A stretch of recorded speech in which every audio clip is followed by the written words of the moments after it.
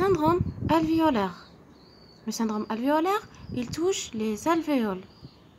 Et lors de ce syndrome, on aura la disparition de l'air dans les alvéoles. L'air va être remplacé soit par du liquide, soit par un tissu.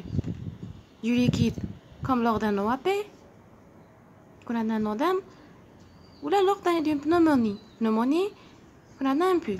Ou là remplacé par un tissu, remplacé par des cellules, soit des cellules inflammatoires, comme les polynucléaires, ou là des cellules cancéreuses, cellules malignes. Donc, c'est le syndrome alvéolaire. Pour la radiologie, soit le syndrome alvéolaire soit systématisé, soit non systématisé, soit en aile de papillon. Systématisé veut dire qu'il repose sur une scissure. Le systématisé, soit il est systématisé rétractile, soit systématisé non rétractile. Rétractile veut dire quoi? C'est qu'il attire. Il attire les structures vers elle. L'opacité va attirer la trachée vers elle. Elle attire la coupole. Donc, on a une ascension de la coupole là, ou une ascension de le île. aussi là parce qu'il y a une attraction plus cette l'opacité ما غاديش تكون نات كيما هنا نو rétractile donc elle تكون هنا comme ça elle repose sur la scissure sans rétraction هنا la rétraction سما راه عندنا concave هاد l'opacité donc elle est rétractile donc هذوما لي كاين تقدر تكون systématisée soit rétractile كاين attraction soit non rétractile سما pas de rétraction وكي تكون rétractile في le diagnostic soit سما تكون عندنا une atelectasie وكي تكون non rétractile systématisée non rétractile le diagnostic يكون عندنا une pneumonie franche lobaire aiguë pneumonie franche lobaire aiguë à l'intérieur de l'opacité cette l'opacité on a نشوفوا une hyperclarté qui correspond à bronchogramme aérique هذا هو le bronchogramme aérique donc c'est le système pour la systématiser. Maintenant pour l'opacité alvéolaire non systématisée, qu'on a une distribution alvéolaire des opacités. Distribution alvéolaire. Si on non systématisée, elle ne repose pas sur la scissure. Mais on a une distribution alvéolaire ou une opacité elle ne repose pas sur la scissure. Maintenant pour l'opacité en aile de papillon. L'opacité en aile de papillon, donc le île سما تكون عندها un aspect illufuge l'opacité تروح من le île vers les autres parties هكا illufuge هذا هو l'aspect en aile de papillon هذا l'aspect en aile de papillon pour le diagnostic تاعها c'est un OAP c'est un odème aigu pulmonaire وهذا l'OAP soit يكون d'origine lésionnelle سما le cœur يكون la structure تاع le cœur normal soit يكون d'origine cardiaque سما تكون عندنا une cardiomégalie.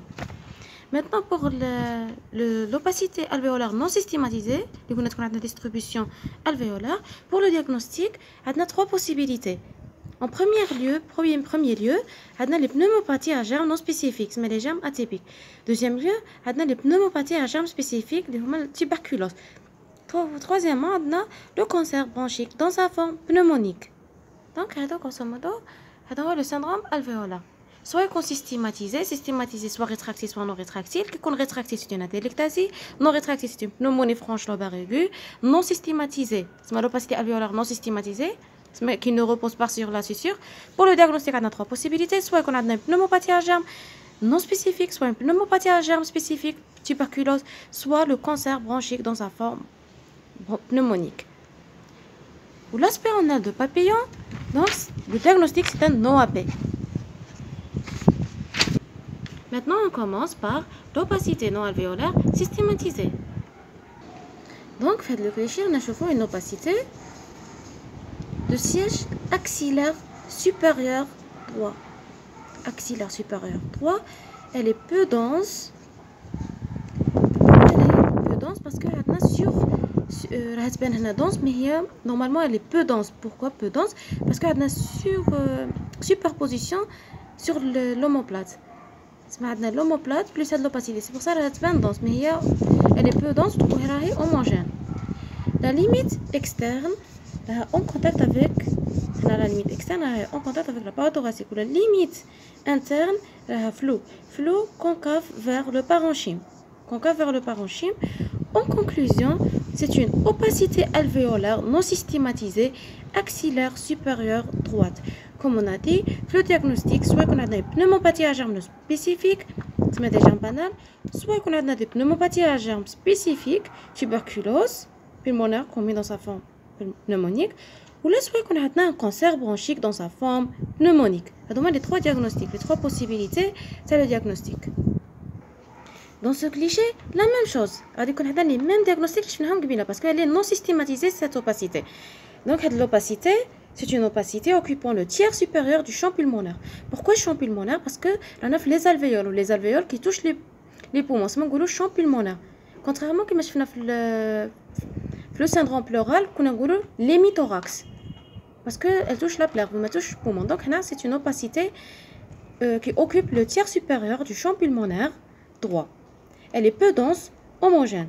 Limite supérieure coiffant l'apex, limite externe en contact avec la paroi thoracique, limite interne en contact avec le médiastin et limite inférieure floue, avec la présence de quelques clartés tubulées à l'intérieur correspond à des bronchogrammes aériques. À l'intérieur, on a des clartés. En conclusion, c'est une opacité alvéolaire non systématisée, homogène droite supérieure. Le diagnostic qui m'explique là, c'est le même diagnostic parce qu'on a non systématisé. On a les pneumopathies droites à germes non spécifiques, les germes banales, pneumopathie droite à germes spécifiques, soit tuberculose, ou le soit qu'on a un cancer bronchique dans sa forme pneumonique. Donc, lors d'une opacité non systématisée, on a le diagnostic soit pneumopathie à germes banales, germes non spécifiques, soit une pneumopathie à germes spécifiques, tuberculose, soit un cancer dans sa forme pneumonique. Donc, le diagnostic, c'est simplement l'opacité alvéolaire non systématisée. Maintenant, on passe pour le deuxième aspect, qui est qu'on a une opacité alvéolaire systématisée. Donc, fait le cliché, ça n'a pas une opacité systématisée. Systématisée de lobe supérieur 3. D'accord? Elle est non rétractile. Pas de signe de rétraction. Non rétractile, cette opacité. Elle efface les vaisseaux. Effaçant les vaisseaux, on a le contour de le bronchogramme aéré. Donc, c'est une opacité occupant le tiers supérieur du champ pulmonaire droit. Elle est peu dense, homogène. Limite supérieure coiffant l'apex, limite externe en contact avec la paroi thoracique, limite interne noyée dans le médiastin et la limite inférieure, elle est nette, scissurale, avec présence d'une clarté tubulée qui correspond à des bronchogrammes aériques. Cette clarté ici, c'est un bronchogramme aérique. Maintenant, pour la conclusion, c'est une opacité alvéolaire systématisée non rétractile. C'est le signe de rétraction. Non rétractile, lobaire supérieure droite. Le diagnostic, premier lieu, on a les pneumopathies droites à germes non spécifiques, les pneumopathies franches lobaires aiguës, PFLA. C'est le premier diagnostic, il est trop important. PFLA, pneumopathie franche lobaire aiguë. Le deuxième lieu, il y a une pneumopathie à germes spécifiques, la tuberculose, ou il y a un cancer dans sa forme pneumonique. Mais en premier lieu, c'est une PFLA. Le cliché aussi, c'est une opacité. L'opacité, elle occupe le tiers supérieur du champ pulmonaire, tiers supérieur, droite. Elle est dense homogène. La limite supérieure coiffe l'apex, limite inférieure scissurale. Limite interne en contact avec le médiastin et la limite interne en contact avec le médiastin, limite externe en contact avec la paroi thoracique. Elle contient des clartés qui correspondent à un bronchogramme aérique. Maintenant, je le bronchogramme aérique, la PFLA. Donc, c'est une opacité systématisée non rétractile, pas de signe de rétraction. Elle est lobaire supérieure droite. Donc, le diagnostic est là. PFLA, puis les germes non spécifiques, puis le cancer. C'est un double diagnostic PFLA. Pneumonie franche, lobaire aiguë. Le cliché aussi, c'est une PFLA. Elle a une opacité qui occupe le tiers moyen du champ pulmonaire droit, à sommet iliaire et base périphérique. Elle est dense homogène, ou limite inférieure scissurale, ou limite supérieure, elle est floue. Plus qu'on a un bronchogramme aérique. Donc c'est une opacité alvéolaire systématisée. Donc le diagnostic aussi a un PFLA en premier lieu, puis TBC, puis cancer bronchique dans sa forme pneumonique. Donc, quand on a une opacité systématisée, les diagnostics soit une pneumopathie franche lobaire aiguë, c'est parce qu'elle est trop importante. C'est surtout l'opacité des PFLA qui est l'opacité systématisée. Secondairement, qu'on soit une TBC ou un cancer dans sa forme pneumonique. C'est pour l'opacité systématisée qui repose sur la césure. Maintenant, on a l'opacité alvéolaire en aile de papillon. Le diagnostic, c'est un OAP, odème aigu pulmonaire. On va l'opacité.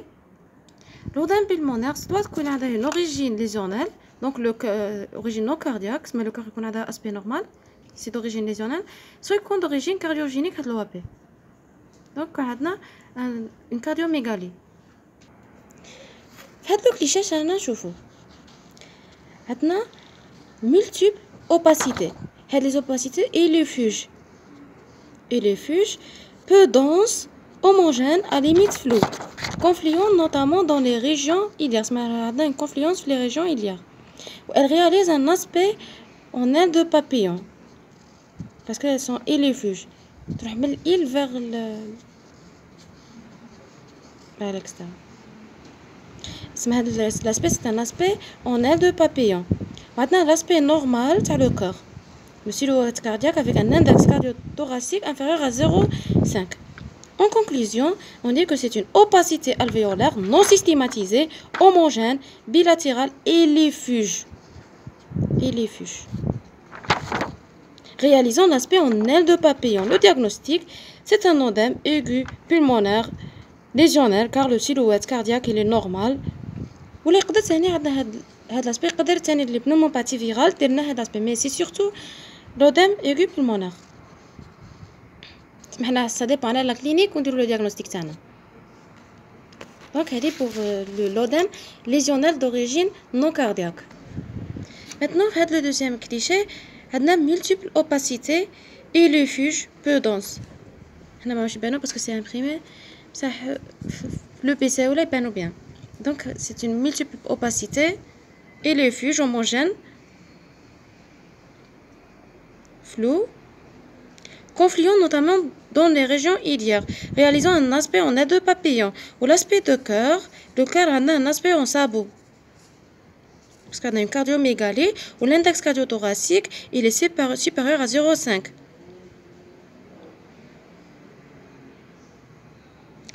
En conclusion, on dit que c'est une opacité alvéolaire non systématisée, homogène, bilatérale et illifuge, réalisant l'aspect en aile de papillon. Le diagnostic, c'est un odème aigu du poumon d'origine cardiogénique.